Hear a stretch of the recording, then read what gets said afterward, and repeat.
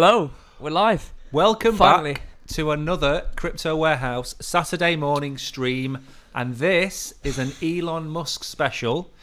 The last 3 or 4 days have been a bit of a whirlwind for Twitter, Elon, and the ex-members of staff. So, Brogan, before we start, can you give us a bit of a summary of what we are going to be talking about today? So we're going to talk about a bit about Revolut. Yep. Obviously, a lot about Elon Musk and the ordeal with Twitter and this, that, the other. Yep. And a bit at the end about NFT games and a concept called play to die. Play to die. Sounds quite interesting. That sounds very interesting. Yeah. So, again, there's myself and Brogan. Julian is coming back from Disneyland tonight, where he met Mickey and Macron. And before we get into any of the Elon Musk news, I think I should stop referring to Bitcoin as the stable coin. Yeah. Because the price was 19,200 for about, 4 or 5 weeks. Yeah. And today it isn't. Yeah, So no, it's not. Can you start us off by having a little look at the crypto market? Yes. And telling us where we are? Is it opened? Yeah, it was the first tab. Yeah, but the stream doesn't seem to think it is open. We're like a swan today. It's been... Above the surface, we're serene and calm and professional looking. But 60 seconds ago, we were running around an office on fire, knocking things over and spilling coffee everywhere. Okay, so the browser's on. I don't know where our sidebar's gone. So, sidebar's there. Okay, I've fixed it. All right. So, as you can see, Bitcoin's at $20,900. It's actually moved. Has it hit $21,000? Have we had a bounce off that? Have a nosy. We were very close. Let me go 7 day. Maybe it's something a bit higher. Normally, psychologically, things like 21, 25 and 30,000 tend to be psychological resistance barriers. We didn't hit 21,000. The highest we've got, I think, is now at 944. Okay. Yeah. We have 21,000 yet. So, according to the clever people that live on Twitter, the technical analysts, we have bottomed out on something called the RSI, which is the strength index. And the last time we were this low, on 2 or 3 previous occasions, was the bottom for Bitcoin. So if we repeat history, the 18 or the 17,800 or whatever it was, that was our bottom, which was in June. So in theory, we should be making our way up, although we might have one more wick down depending on if there's another black swan or whatever else it might be. Okay. So that's good news. And now, I mean, the problem with today's stream is we've had that many news articles on so many different things that we've had to basically pick all of the Elon Musk articles, and then everything else that we can't fit into today, we're going to have to put into Wednesday, which is the Halloween special. Yes, we'll be coming up dressed up. We will look like extras from Thriller. Julian, we have, because we look so bad, we have to put them at the back, not the front. Yeah, so. We have no idea what Julian's going to come as. Maybe a dead Mickey. Yeah, we've changed our names as well. We've got Julian. Yeah. Oh, we're going to actually say them. Well, yes, we'll leave it as a surprise. This is a big reveal for those watching on a Saturday morning. We've got. Oh, that's true. You know what? It's not going to be a surprise for anyone because no one's watching. We have Julian. Yeah. We have Bone Game. Yeah, something like that. And we have Mike Myers, which is me. Yep. So that'll be fun on Wednesday. Yeah. When nobody will be able to understand us because we're talking with masks on. Yeah. So let's start off with a couple of the word on the birds. Yes. So the first tweet, we have a couple of tweets, or not really a couple of tweets, we have 2 tweets mainly. So the first one is from Elon Musk saying, it's just a video.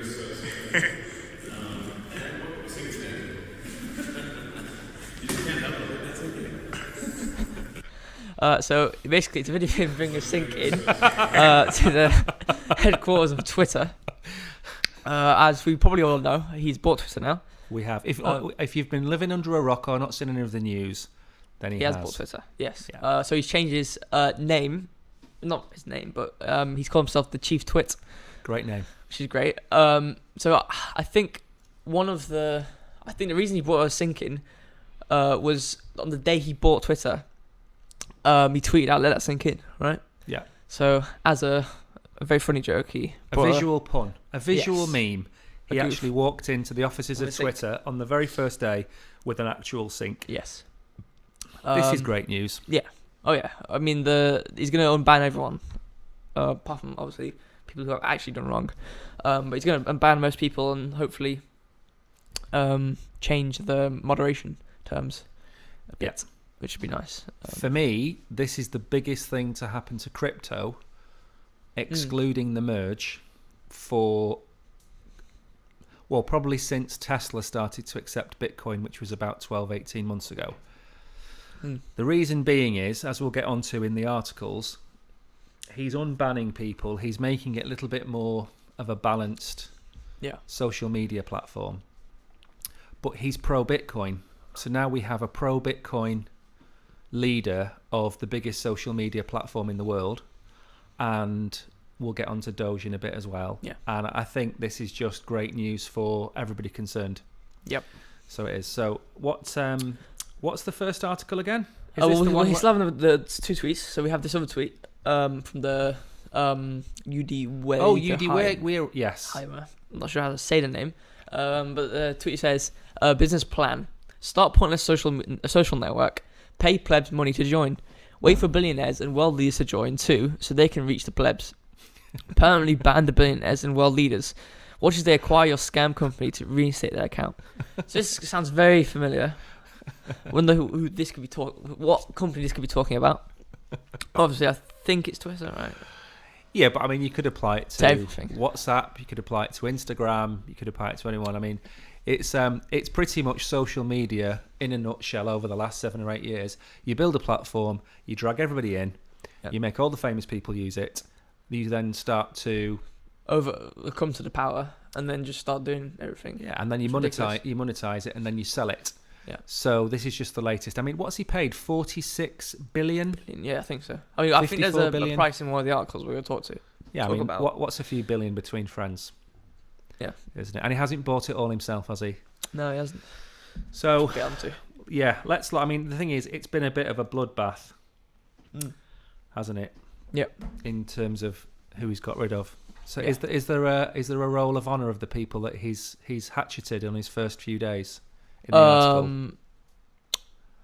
Oh yes, in the first article, yes, there is. So I'll read out the article. Elon Musk, now in charge of Twitter, CEO and CFO have left, sources say. I bet they've been kicked out. Twitter CEO Parag Agrawal and financial chief Ned Segal have left the company's San Francisco headquarters and will not be returning, sources said. Vijaya Gadde, the head of legal policy, trust and safety, was also fired, the Washington Post reported.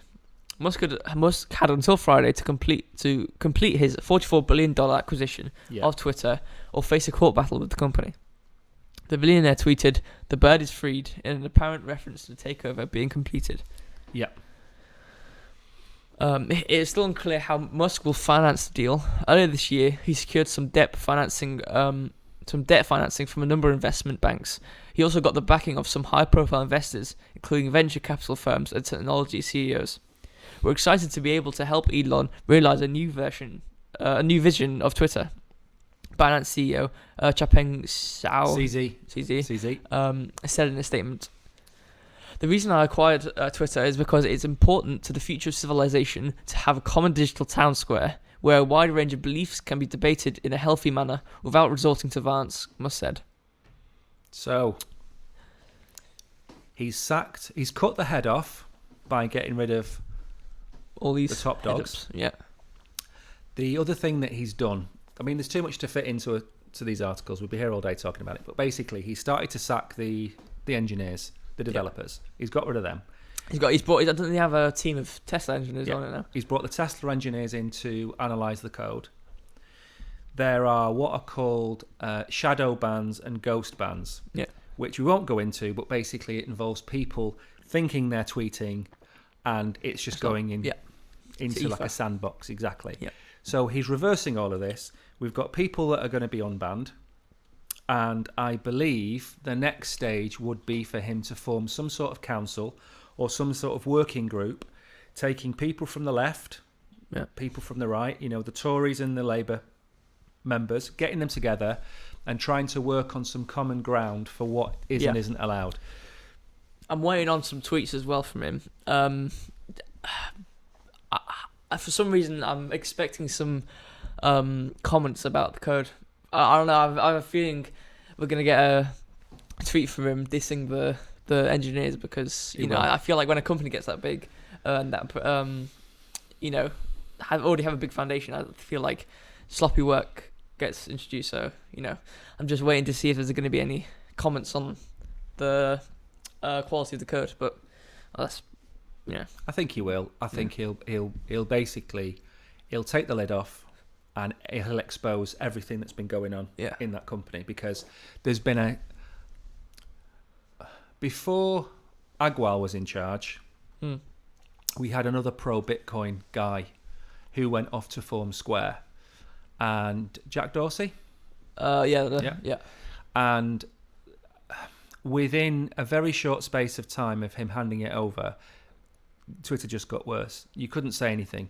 If your beliefs were against Twitter's beliefs, you were taken off. Yeah. And that's not what social media you are not judge and juror. You're a provider of an open space for discussion. So you're a means of communication. You're not anything else. Exactly. You're not a governing body or anything. You're just somewhere where people can go to talk to each other. Exactly. And now we're going to get on to the crypto related stuff. Yeah. Which is, I believe, Dogecoin? Yes. So Elon Musk's love affair with Dogecoin continues as Twitter considers crypto wallet.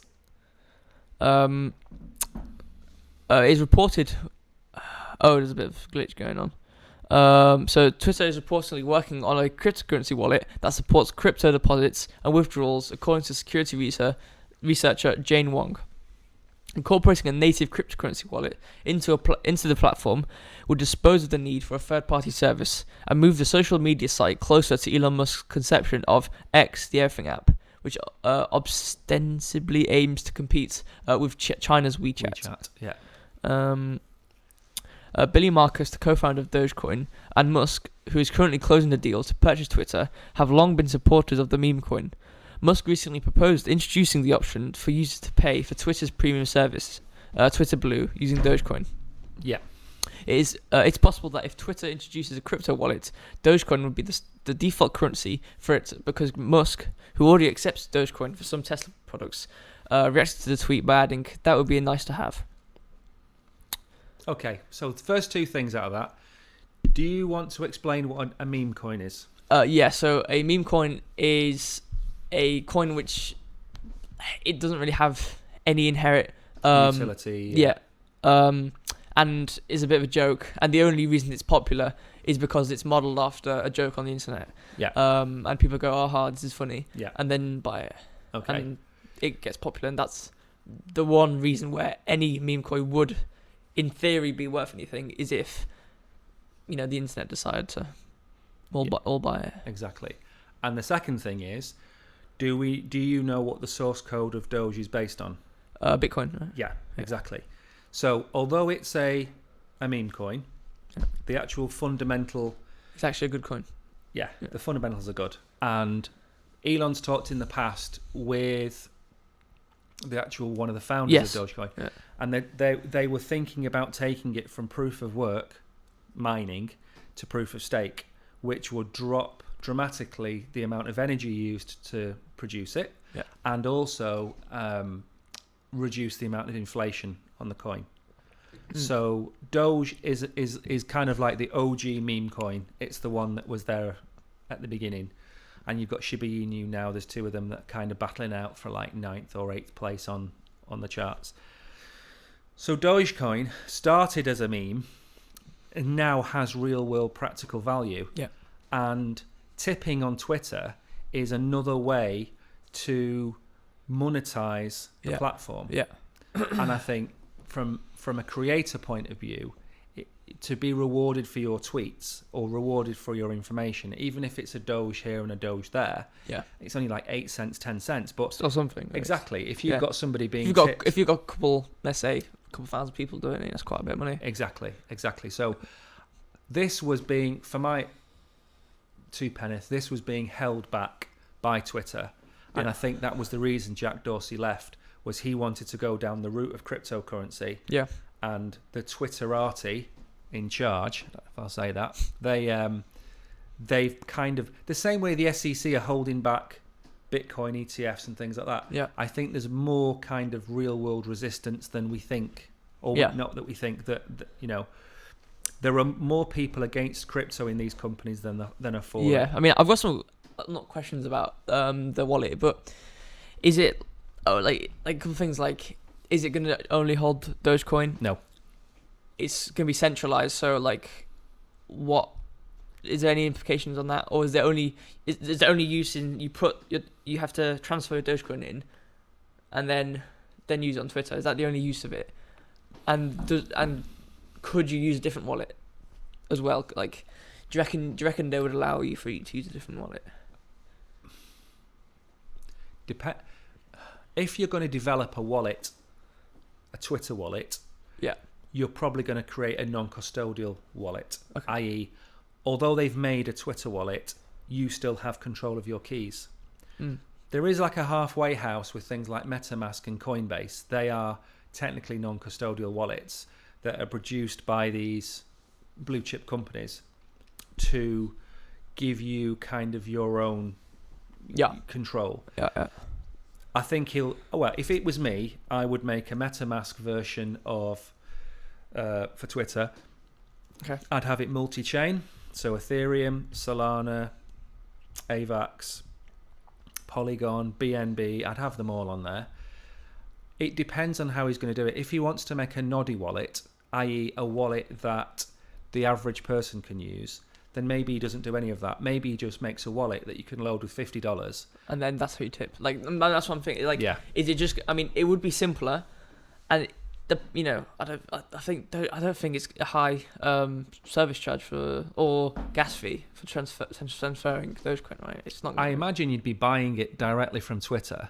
Maybe. So Twitter would have would just automatically deploy it to your wallet, wouldn't they? Maybe. Yeah, that's true. I mean, so the way I would see it working in an ideal world, with it being the simplest it could be, and therefore being easy accessible to everyone, there'd be a little store page on Twitter where you could put in, either a desired amount or $9.99, and it'll just give you a bit of Dogecoin, and you can donate via that. Yeah. Or you already have Dogecoin on one of your own wallets, and you just send it in, via the address. So then, you have all these sources of ways of getting it, but there's only one. So like, it all comes in, and there's only one way to get it to Twitter. I feel like that's probably the easiest way for everyone to use it. Yeah. And another question you've got is for people who aren't crypto gurus. If you're receiving this Dogecoin as tips, there has to be a way for you to cash out. Whether it's to be your bank, or whether it's to send it to a credit card, or whether they come up with a deal with someone like Binance. I mean, don't forget, Binance have put $500 million into this deal as well. And they're not doing that for the good of the health. No. So there's a potential there that everyone receives a BNB or a Binance card. Yeah. So you could have like a prepay card. There's lots of possibilities, but with Elon Musk, the chances are, if you look at his track record with SpaceX and his track record with Tesla, he's going to get it right. Because of the speed that he operates, there's going to be mistakes along the way, but the long-term objective he always hits, and the track record of him has always hit them. So as far as I'm concerned, the wallet on day one probably isn't going to have all the functionality that we expect. No. It probably might even crash. Exactly, but I'd say in 12 months' time, 18 months' time, it's going to be, de facto wallet. Yeah. And if he starts to roll it out, and it's that good, like you say, it's probably going to be usable. Yeah. On different platforms. Yeah. So in theory, Twitter then becomes a payment provider. That would be interesting. Yeah. Which is what he's done in the past with PayPal. Yeah. So he's kind of already had. I mean, maybe crypto and PayPal might not be the same thing. However, e-commerce and electronic pay is still the same realm. So he's already had experience in finances online. So and it wouldn't surprise me if he's got people from Tesla working in the background on code to already have done this kind of stuff before he even you don't just buy Twitter on one day. You think about it. You know it's a big investment. So he's definitely thought about it, maybe even a couple of months. So let's say he's adamant on buying it and he knew he was going to buy it. Yeah. The chances are he 100% already have improvement code or just plug and play code, because obviously he doesn't have the code base for Twitter. So he's just gonna have to make something like, just where he can just integrate it really easily, and it's already been made. Don't forget as well, you just mentioned the source code. There has been rumour that he will take all the source code for Twitter and release it. That has to be amazing if he does that. Because if you look at what he did with patents at Tesla, he made all the patents free. Yeah. And said, if you can come up with a better way to do this than we can, do it. And we'll probably end up integrating it anyway. So he released all the patents for Tesla. Now, there is possibly going to be some kind of GitHub tools available so developers can come in and kind of open source Twitter. Yeah. That would be the next step. And then further on down the line, there's nothing stopping him making it decentralized. Yeah, like a lot of the frameworks, I mean, I have a bit of experience in like frameworks which, big tech industries use, and a lot of them, which all these companies use, are all open source. Like, there's styling like frameworks, open source. There's back-end server frameworks, open source. I'm pretty sure React, which is one of the biggest like front-end frameworks, is also open source. So all these tools they're using as open source, but they're just commercializing it. So I mean, it'd be great for not even inexperienced and experienced programmers alike. It'd be great for Twitter and even an end user, because if they open source it, they'll be able to produce and make it better as a collaborative. And people who want to learn programming can just read this code of an industry standard billion-dollar tech company and see what the standards are like. Yeah, it's gonna be great. But we've chatted off so long about this. I'm conscious of our time. So quickly, after talking about Dogecoin and Twitter, we have the prices up right now. So the reception to this news, well, isn't it? What's the rule? Buy the rumor, sell the news. Buy the rumor, sell the news. So the rumor is they're going to integrate Dogecoin into Twitter. So as you can see, there's a 28% or 20. It's just gone down, but 28% rise in Dogecoin. Yeah.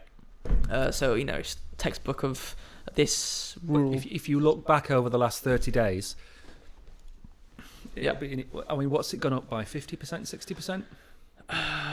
What in the last 30 days? Yeah, maybe.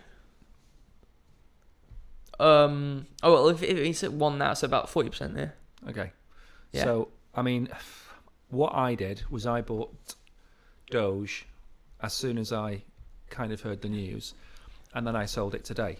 Yeah. Because it will go higher, and in 2 or 3 years' time, it probably could be at 20, 30 cents. But the point of it is, there's going to be a retracement when the news comes out, and I think it's speculative as well. Don't forget that. If nobody ever went out of business or went broke taking profits. So as far as Doge is concerned, it might run up to 15 cents. It might not, and it might come back down again. So when there's a chance to take a profit, take the profit. Exactly. But the hidden gem of Twitter, which I didn't know about up until I found this article, was to do with the NFTs, which is the next article. Yep. And I had no idea they were working on this. Is this when did Elon Musk buy Twitter again? Thursday. Okay. So were they already working on this before? Yeah. Oh wow. Okay. This has been in the background for a while, probably as far back as when Jack Dorsey was still working there. But I didn't know. Twitter was going to let you use your verified NFTs as your profile pics. Yeah. So you would have, let's say you got a Bored Ape, you'd be able to put a Bored Ape as your profile pic, and it would have like a little green tick of authenticity to show that you had that actual Bored Ape. Yeah. So I knew they were working on that, But this I had no idea about. Yeah. Well, let's get into it. Twitter will allow users to buy and sell NFTs through tweets. Twitter will let users display NFT marketplace listings from certain platforms, including a button to let them buy and sell collectibles. Social media platform Twitter today announced that it will let users buy, sell, and display NFTs directly through tweets in partnership with 4 marketplaces. The integration, called NFT Tweet Titles, displays the artwork for an NFT in a dedicated panel within a tweet, and includes a button to let users click through to a marketplace listing. So some of the main markets which are integrated with this thing is Magic Eden and Rarible. Yeah. There's some other ones as well, but those are the main markets which you can use this listing with. What I find really interesting about this is there's no mention of OpenSea. Yeah. Which is the biggest Ethereum and Solana based. And I don't know why that is. Maybe too big to partner with. Well, that wouldn't make sense though. No, it wouldn't. I don't know why. There's been a lot of controversy about OpenSea in terms of price rigging and things like that, where maybe when they were doing this, that news was coming out and they decided not to partner with them. But I mean, Rarible are very big. Magic Eden is the 3rd biggest. So they're not small. They're not small players. Mm. And it is something which I don't think it's going to appeal to an awful lot of people, this. No, not so. But it is extra. You know, if you look at Facebook Marketplace, I don't know how many people use it. I imagine there's quite a lot. Yeah. You list your things on there, people find them, people buy them. I mean, this is kind of the same thing for Twitter. Yeah. And I think even Twitter said in one of its earnings calls that crypto Twitter is one of the most active Twitter communities there is. Yeah.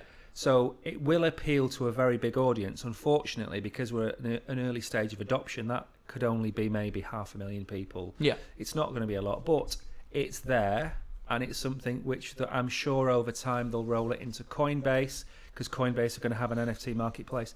They'll probably open up to OpenSea, and they're going to try and not dumb down, but simplify the process of buying and holding NFTs. And if you've got your own Twitter wallet, which goes as an app, maybe they're all going to try and do it in a holistic approach. Yeah. Well, there's a bit extra before we end this specific article. Yeah. A Twitter representative confirmed to Decrypt that the feature is a blockchain agnostic. So all networks are supported so long as the links are from a partnered marketplace. The representative added that the feature is currently being tested with select Twitter users across iOS and web, and that those users will see the NFT tweet title integration if they're in the test group. Yeah. I mean, yeah, they're going to roll it out to people to give it a go, aren't they? I find funny there's no mention of Android. I don't know what that is. maybe it's just harder to produce on iOS. There's no Androids. Easy to integrate on. Maybe. So to make sure. I mean, I know iOS is notoriously finicky. Yeah. Especially with app market placement, you have to pay, and the framework's a bit hard to work with. And Apple have got their own gated community as well, exactly. and they make it very difficult for everybody to use. Yeah. You pay more to Apple than you do in VAT in most countries in the world. So Apple at some point are going to have to let go. Yeah. Or they're going to lose out. I mean, it's all right saying they're too big to fail. Kodak were the biggest camera company in the world. Where are they? Yep. Especially when you've got competitors so close to you in terms of quality. Yeah. It's scary. I mean, unless what they do is just, if they know they're going to go out, just make it as hard as possible for people to swap over to different platforms. But there's already apps from, like, for example, when you buy a new Samsung phone, there's apps on both Samsung and iOS. I don't know if it's native, where you can download it, connect it together, and transfer all the files over. So it's not like they're making it hard for you to transfer over. Yeah. But anyways. Well, the next article is about Elon's previous incarnation. Probably his first big break, would you say? Well, I'm not too sure about his history before PayPal, to be honest, but it was his first whale. Yeah. It was the first really big company where he made his billions from it. Yeah. So unfortunately, since he's left, the company has gone downhill rather. Yeah. Well, we've already spoken about this and made a video on it as well, but actually, yeah, that's a good point. We'll leave the link video below. in the description below, so people can have a look at that. So, yeah. Anyways, I was gonna say something, but to get into the article. No, PayPal did not resurrect its misinformation penalty. Long-standing rules reveal the payment giant will still police false, inaccurate, or misleading information. Financial Twitter is again abuzz over rumors that PayPal, the world's third largest largest payments platform, has reinstated a controversial policy to fine its users for misinformation. At issue is a passage with PayPal's restricted activities section of its user agreements, which states that users who violate its acceptable use policy are liable to pay a minimum of $2,500 in damages. Minimum, so they can increase if they want to. And it's per incident. The acceptable use policy includes a list of prohibited activities, which include transactions related to the promotion of hate, violence, racial, or other forms of intolerance that is discriminatory. In reality, however, the misinformation clause was not reinstated, nor have any other charges been made to the policy page since changes been made to the policy page since PayPal's retraction a week ago. According to PayPal, harmful, obscene, harassing, or objectionable, or which promoting misinformation, among other things. This entire passage had been removed from the acceptable use policy and is now only available through Internet Archives. Yeah, it's just highlighting of So, it. I mean... there's one more part, actually. Okay. In short, no surprise changes have been made to PayPal's policy this week. While the company does levy punishments towards users for certain forms of misleading statements under its user agreement, and has for months, a $2,500 fine is not explicitly one of them. So, this is an absolute mess from PayPal's point of view. As a PR campaign waged against PayPal, this has been a disaster. So, nobody's disagreeing that you shouldn't be allowed to post, I'll be careful with the words, anything to offend anybody based on colour of the skin, orientation, or attributes of their life, or anything to do with their life, or where they're born, or anything like that. We all agree with that. That goes without saying. Yeah. The line that's crossed is where you say something that PayPal don't agree with. Yep. Not to do with what we've just said, but something that they might not agree with. A perfect example is you might be a huge Donald Trump supporter, right? Who is a Republican. And PayPal could be run by Democrats. And they don't like Donald Trump because he's outlandish. Some people think he's a fool. Other people love him. But that's your opinion against their opinion. And what this $2,500 fine does basically says, if you don't agree with what we agree with, we're going to fine you. Now, as this article says, that fine isn't in their terms and conditions at this moment in time. No. But where it's a PR disaster is that their general fine is $2,500 for this, hate comments and things like that. So I get why they're covering the back. You can't have certain groups, extremist groups, having PayPal logos on them saying donate here. I get all that. Perfectly fine.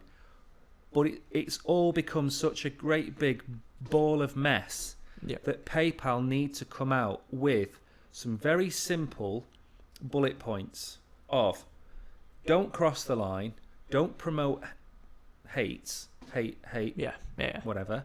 However, if you do have a different opinion or whatever, that is not going to incur this $2,500 fine. And they haven't done that. They haven't managed this, and it's an absolute disaster. Yep. And if you go back to our original video where we say delete your PayPal account now, we still stand by those comments, because even though they're not doing it now, there's nothing stopping them doing it in 6 months' time. No. And if you bring the quote up... Yep, I have it up now. We quoted that. That's the quote from our PayPal video, and we'd like to think that PayPal are going down this route. Sorry, Twitter are going down this route, but we think that PayPal, Facebook, some of the others are going down the other route where you're not allowed to make a comment on something that they disagree with. Yeah. So free speech, in whichever form you want to take it, has to be protected, even if you don't agree with what that other person says. Yeah. You know, you could support Manchester United and I could support Leeds, and we're diametrically opposed to each other.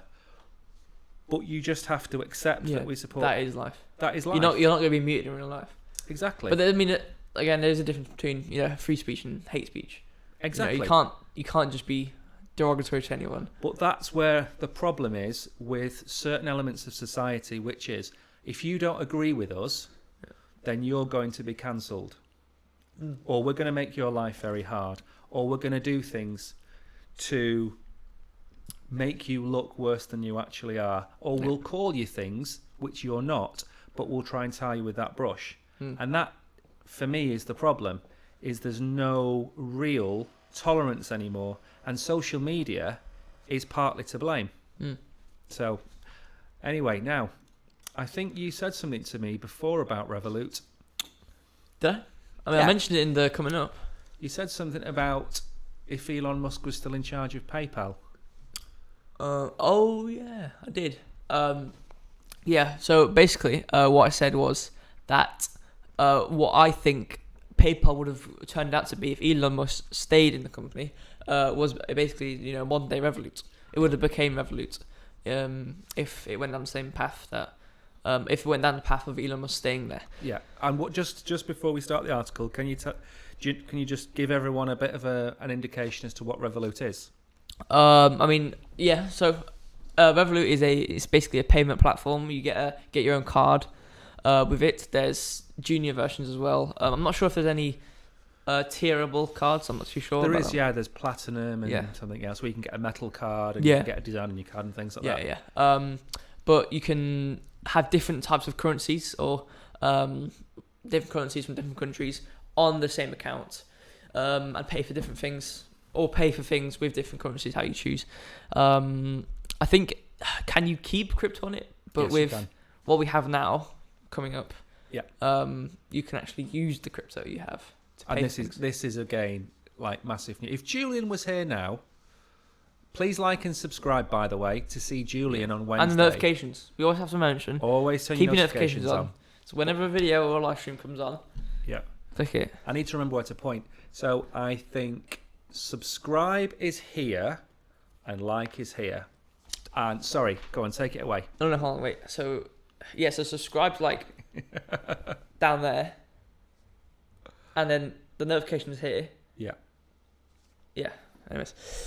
Okay. So digital bank Revolut to allow customers to make purchases with crypto balance. The financial technologies firm recently won registration from the UK's financial regulator to offer crypto services. Digital banking firm Revolut is adding a crypto spending feature that will enable customers to use their crypto balance to pay for everyday purchases using their Revolut card.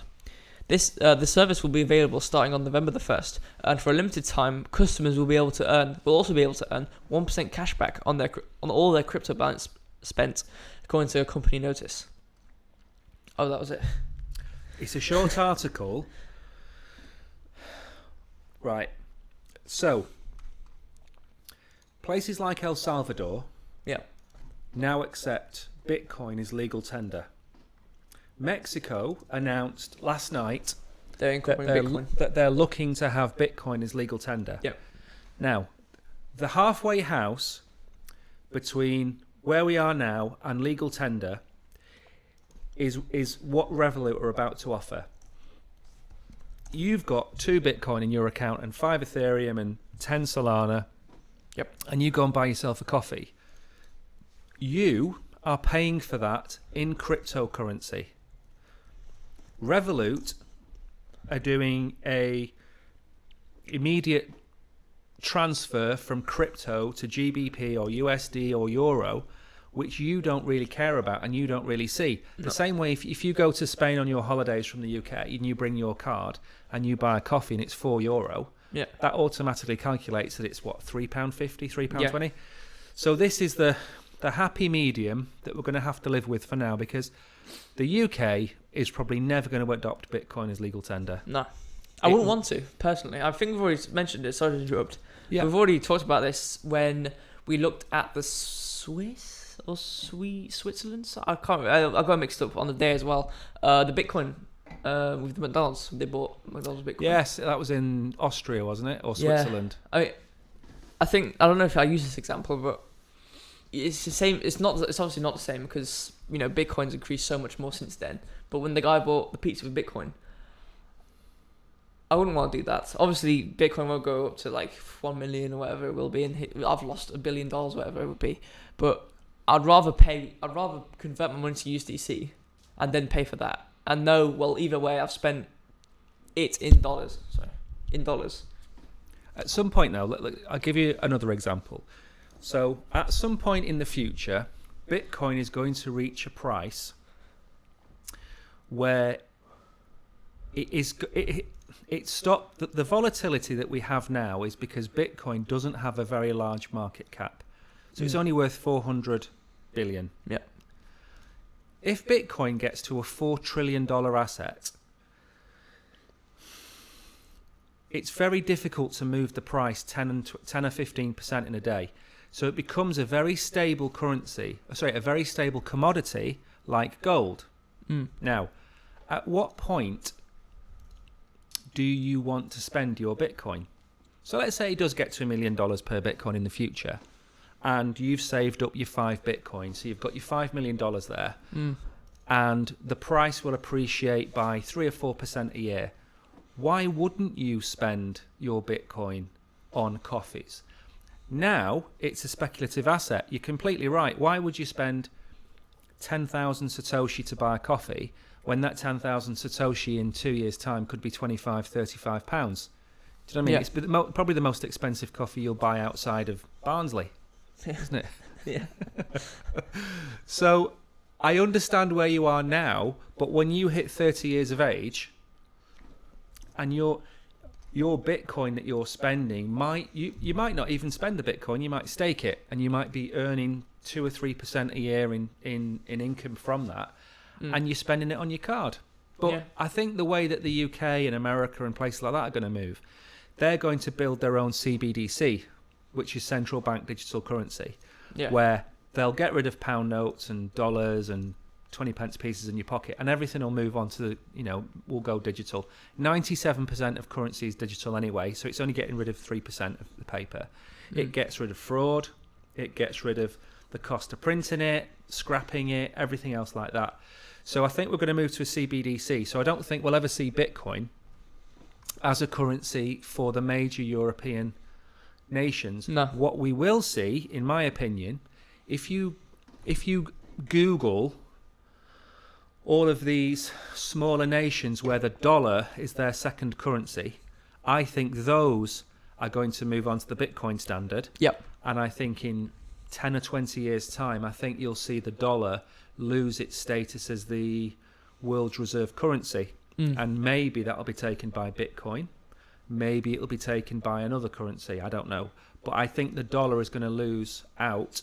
It's already losing out. It's not the petrodollar anymore because Russia and China are dealing in Bitcoin now in their own currency. So I think you're right. Why would you buy a coffee for Bitcoin today?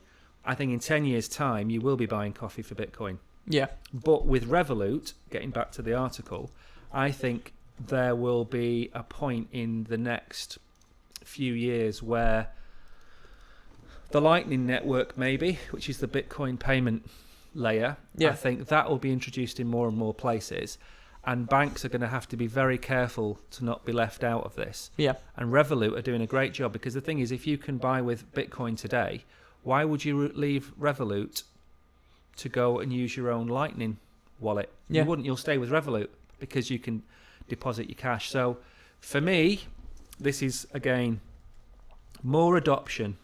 Sure. I mean, I think 3 or 4 weeks ago, the narrative was very negative.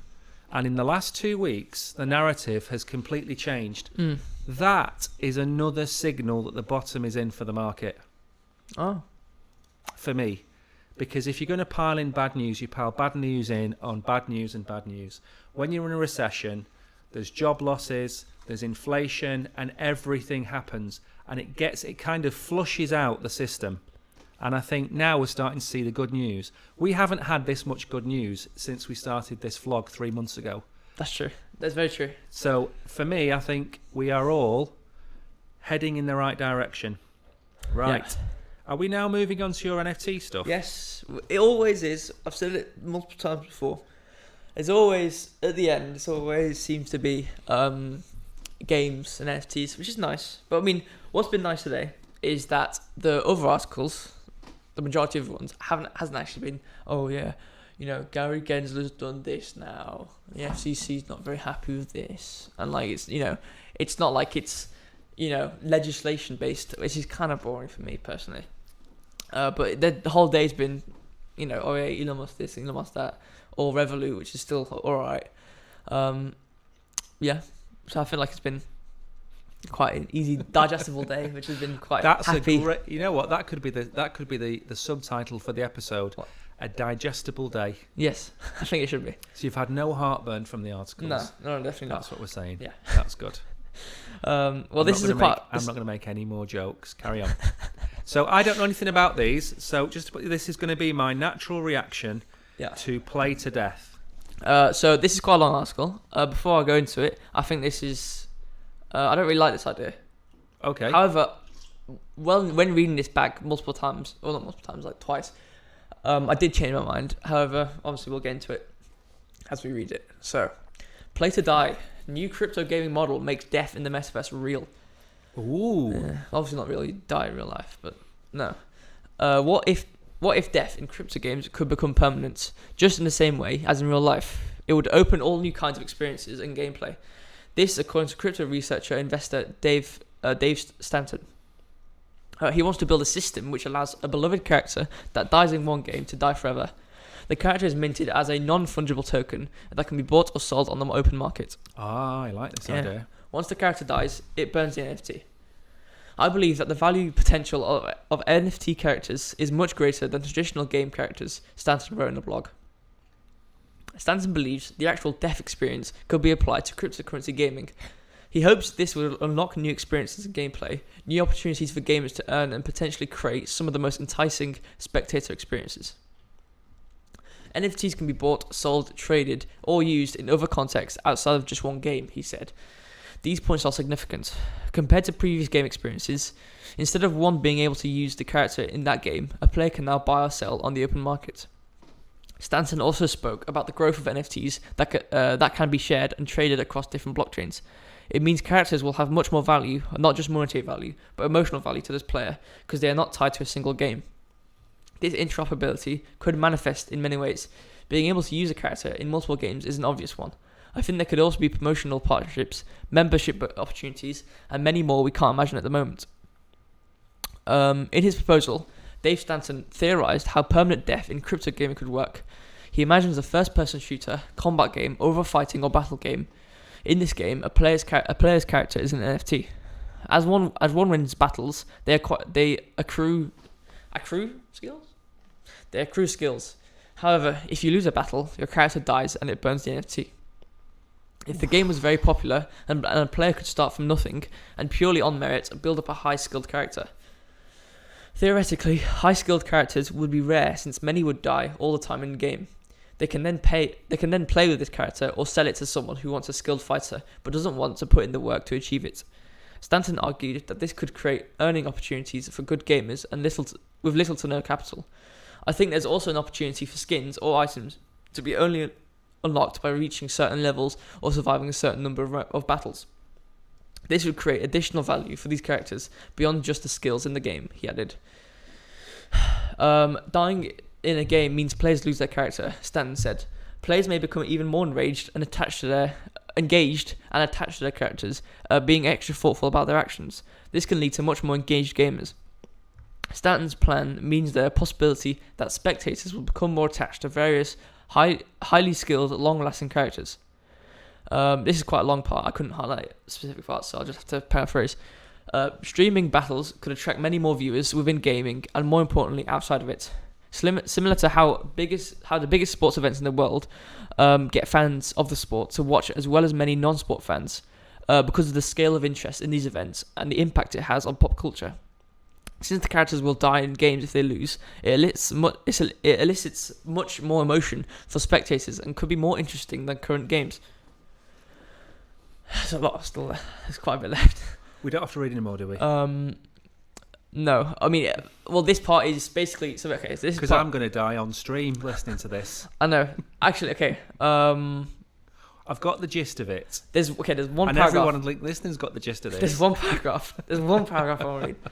The weakness of the model is that most investors want to see models where there's little risk and huge upside. For example, projects where there's no cost for investors to mint, but a huge upside if the secondary sales go viral and the floor price allows them for profits. This sort of model goes against that. From a gamification point of view, it might make sense for those with higher risk tolerance. There is an audience for this, but it might not be perceived very well by traditional investors in Web3. We're done. All the information. Bang. Okay, there's a lot of process there. Do you want to have any comment, or do you want me to say what I think first? I think it's all been covered in the article. Okay. Well, how about we get into how we feel about it? How do you feel about this idea? It's been talked about in Warcraft and MMO circles for years. Not so much as the character dies, but the character gets old and dies. Because if you play a character for, let's say, 8 expansions of Final Fantasy, spanning 50 years in the online world, your character's still the same age, which is obviously wrong, fundamentally wrong. So that's one aspect of it, where it has kind of been covered before. The other aspect is what's called the soul. So Vitalik mentioned this about 3 or 4 months ago, and again, this has been going on for years. So a soul is basically an online personality, if you like, that takes multiple guises in different games, but the soul is the same. So if you think of it in terms of achievements and Xbox, for example, your Xbox character is the soul that then participates in different games. Okay. So if you were to play a game and be shot dead at a high level in one of these games and your character gets deleted, but your online soul retains all of those achievements. Yeah. That's how I would see it working. Okay. Because if you have a character that you level to level 50, for argument's sake, and it gets shot dead, there's no record of it ever existing. There's no record of your achievements. There's nothing. Well, there is technically. I mean, depends how it works on the NFT. Like, it gets burnt and destroyed, so there's no record of it. But there's transaction details, right? Yeah, but the transaction, the NFT that holds all that information is burned, so it doesn't exist anymore. That's where for me it falls down. So okay, so it's on your wallet, right? It was on your wallet. So it gets transacted onto your wallet or minted onto your wallet. Mm-hmm. That's still on the blockchain. That's still recorded until you delete it. Is that not contained within your wallet's address? Is it? The information should be stored in the NFT, and the NFT gets updated with everything else. So it's like mutating your NFT, and then when it dies, it gets burnt. So all of the information held within that NFT is destroyed. The only record you have of minting it, right? Is of minting it and it being burnt, which is a transaction. So there's no way of showing what's mutated on the NFT.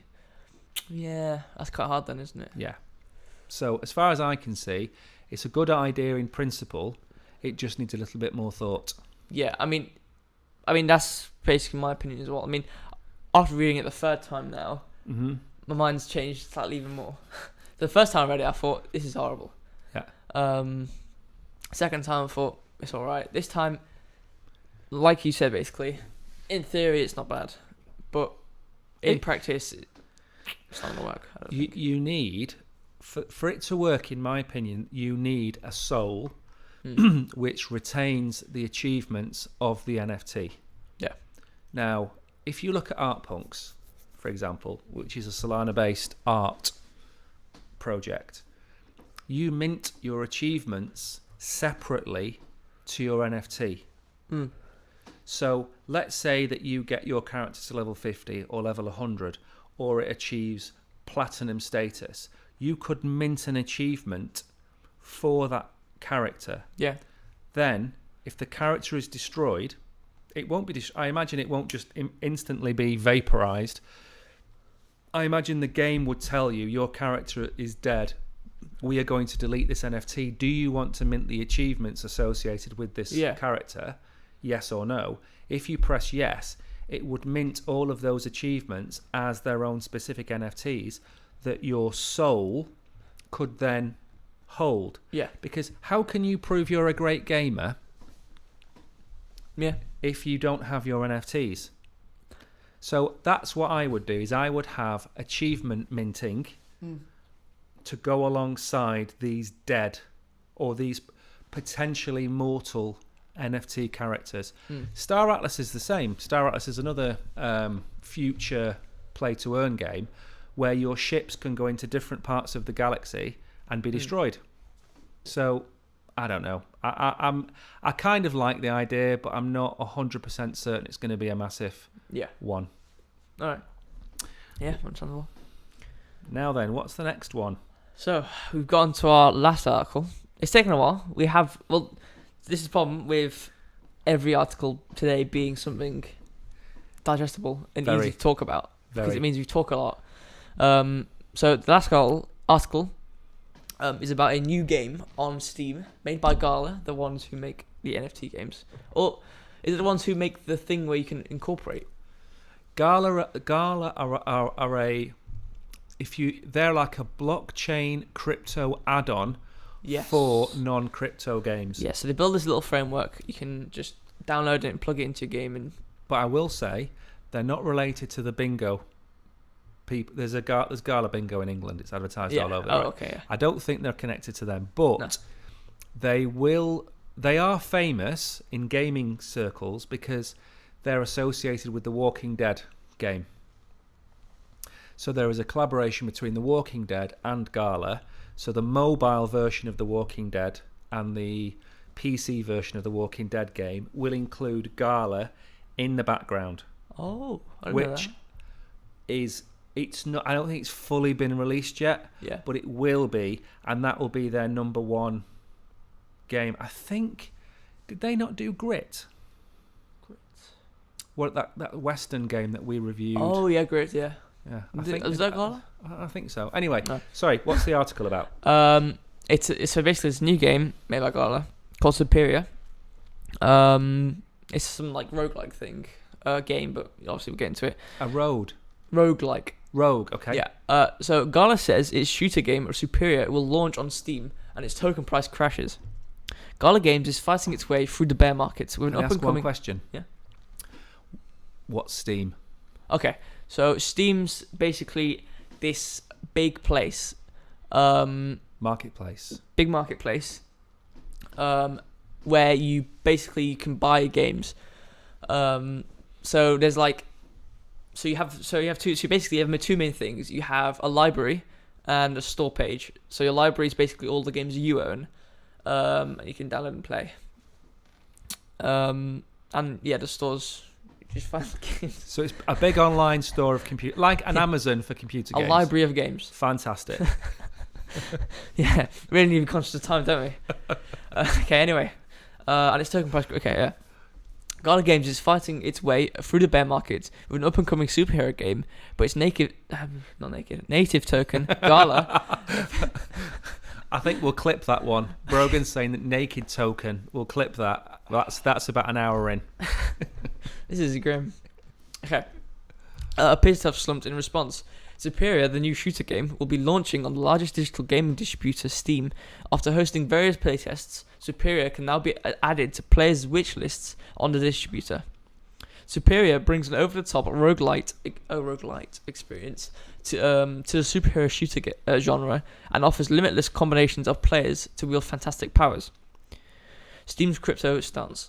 A partnership between Steam and Gala Games was not predictable after the distributor banned the blockchain games in October 2021. Gabe Newell, co-founder of Valve, which is the company behind Steam, made the decision because of security. Blockchains as a technology are a great technology that the ways in which have been utilized are currently all pretty sketchy, and you sort of want to stay away from that. Cryptocurrency volatility meant that people had no idea what price they were actually paying. Yes, they were anchored to a cryptocurrency, but most people's wages are not in cryptocurrencies. There are 10 different non-fungible tokens. I'll start from the start of it. However, Superior is a blockchain game because there are 10 different non-fungible tokens for gamers to purchase with the native token Gala and use in-game. Whether the Steam version of the Gala game's new shooter will implement these tokens is unclear. Meanwhile, the publisher has claimed it has already received praise from the community after its various playtests. It said in a statement, Superior is already being hailed by many Web3 gamers as the most professional AAA caliber Web3 game they've ever seen. Okay, so Steam were the people who refused point blankly to let any crypto game anywhere near their platform ever. Yep. And had a carpet ban on everything. And then 12 months later, they've now let Gala. Yeah, something like that. Oh, yeah. 12 months. Why? There's two things I feel like, two options which could have occurred. The first one is which I highly doubt, is they don't actually know that it was. They don't actually know it's a. I don't believe that for a game. second. Exactly. What's the second? Actually, no, there's three. The second one is, like the article said, there might not be heavy or mainly any integration of NFT, even though it does say, because the article said, we don't know if it's going to be integrated in Steam. The third one is Steam, quietly changed their mind, because 12 months, a lot has changed. Time. Yeah, it's a long time. A lot has changed. Yeah. A lot has, probably improved in. I'm not sure about the whole industry or whole crypto industry being in effect, but definitely the gaming industry of crypto, showing more and more promising signs of it being something for the future. So I think that's probably what's happened. They've changed their mind. I think so too. Yeah. I think you did the article on Wednesday about Sega, didn't you?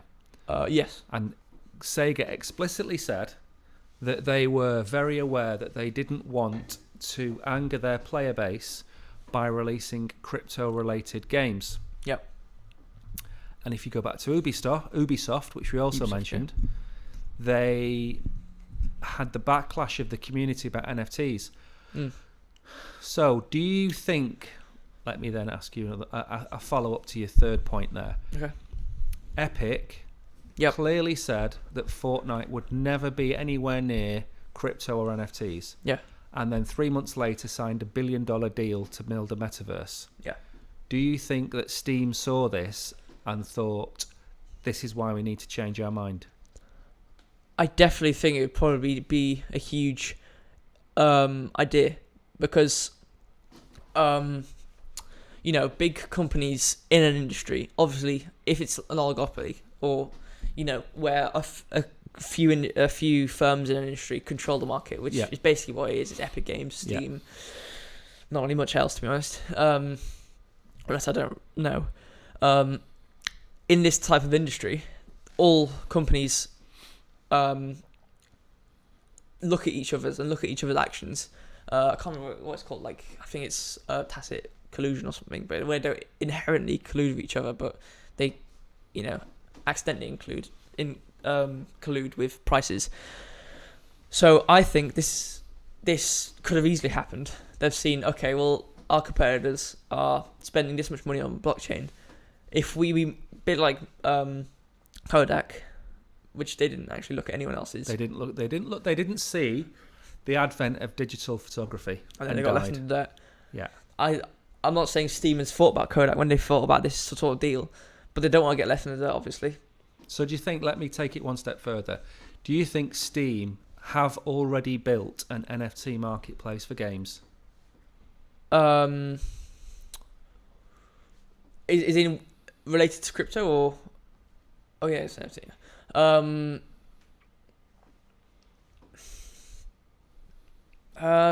Not really. Can you? I take it you can't buy and sell second-hand games on Steam.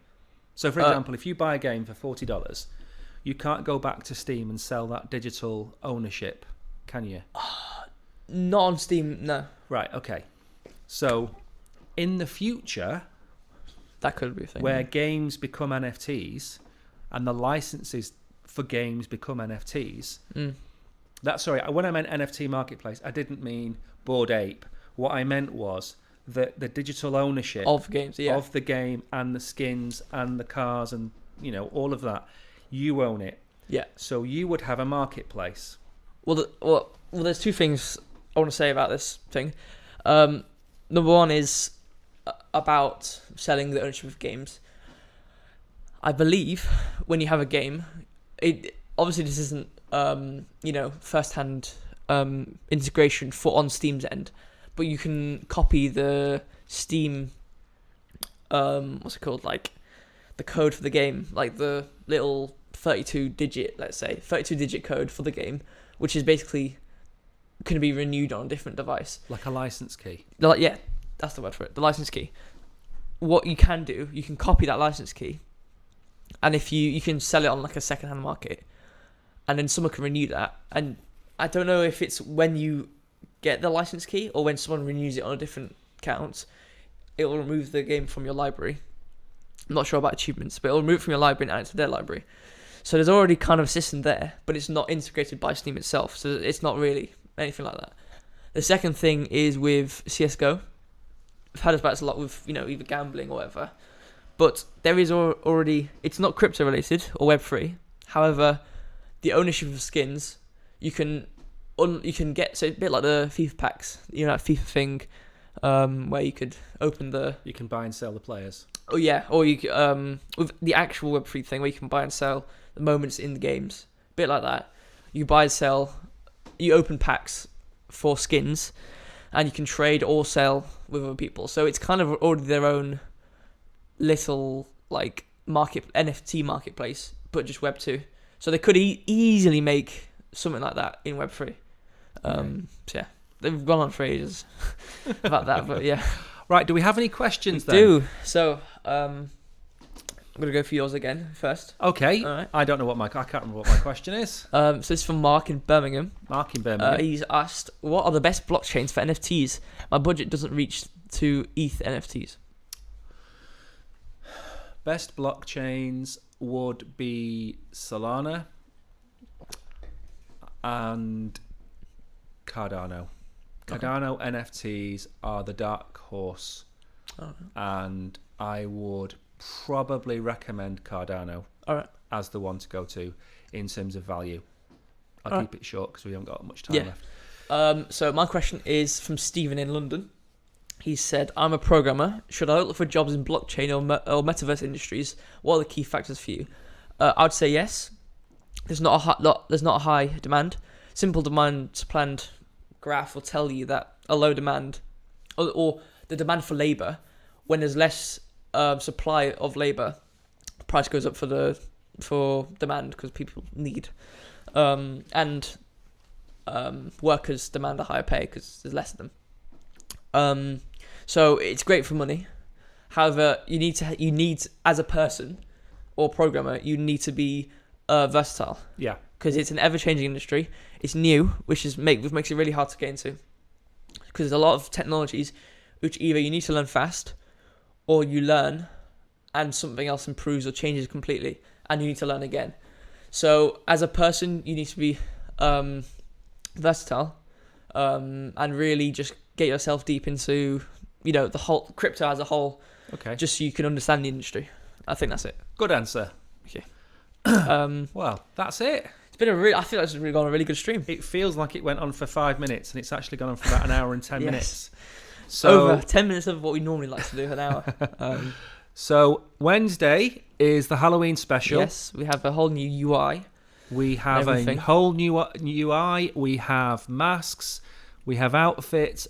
We don't know what. I mean, the biggest surprise of the night is going to be what Julian will dress as. We already know because. Do we? I know what I am. No, but then we know what we. Oh yeah. I've got no idea what Julian's going to be. No idea. So Wednesday night, 6 p.m. UK time, 7 p.m. Central European time, I think it's called. Yeah. So please like, subscribe, and follow. Yeah. Make sure the notifications are on. You don't want to miss. You don't want to miss Wednesday stream. You don't want to miss Wednesday. No, definitely not. Wednesday's the big one. Yeah. And for those people wondering, Andrea is starting to put the Christmas trees up in the office before Halloween, which, as far as I'm concerned, is a cardinal sin. Yep. And if you look behind Brogan, I don't know if you can see, or do you want to actually get him to wave to the camera? We've actually got Santa Claus. Yes, you come early. Too early, even. Way too early. Way too early, Andrea. So Andrea's brought Santa Claus. So big shout out to Andrea for the Christmas trees. Big shout out to Mrs. Fitz for providing the sandwiches for today. Yep, very nice. And sorry? Haven't had mine yet. You haven't had yours yet, no. And we'll see you on Wednesday. Yeah. So thanks for watching. Thank you. Goodbye. Goodbye.